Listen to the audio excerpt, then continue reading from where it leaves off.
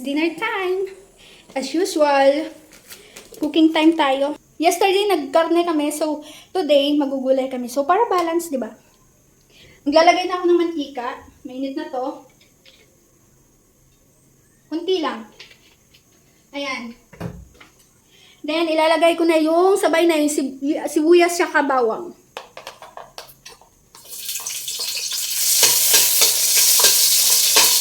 Haluin lang konti. Kita nyo ba?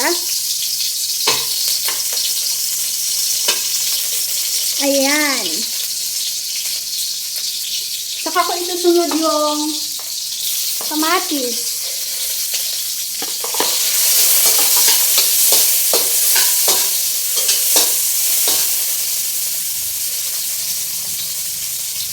So, purong gulay lang to, guys. Healthy living. Oh. So,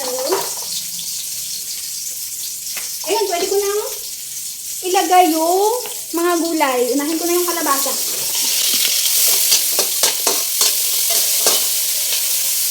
Tapos, isunod ko na agad yung sitaw.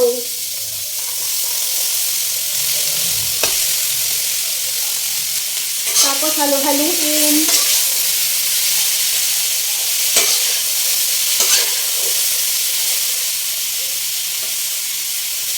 And then, maglalagay na ako ng asin sa magic sarap para medyo may lasa na sa pantimpla lang. Konting asin lang, guys. Mga ganito lang, oh. Kita nyo ba? Then, magic sarap.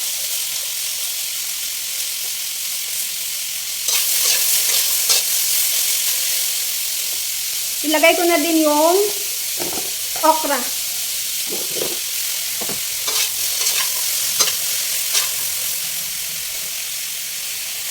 Ayun, wait lang natin for like 10 seconds, saka ako maglalagay ng water.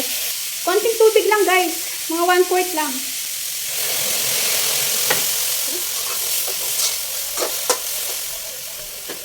Then, saka ko lang tatakpan to. Ayan. Tumunog pa, ingay, no? Talagang nagbabump minsan yung mga gamit ko. So, ayun, pakuluin ko lang for like 30 seconds. Saka ko ilalagay yung ready-made gata natin, yung nasa Tetra Pak.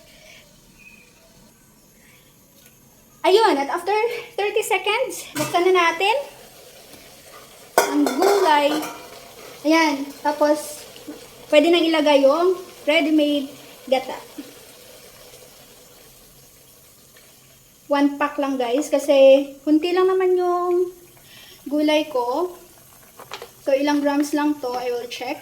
200 ml. Hahalo-haluin ko lang ulit.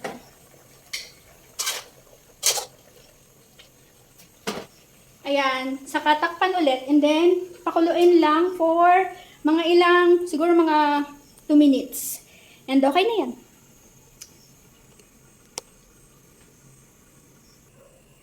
Ayan, guys, medyo naamoy ko na ang bango na.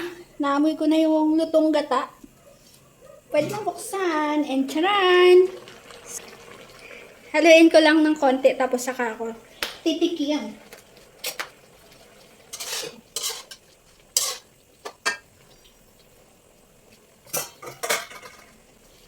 Tikman natin.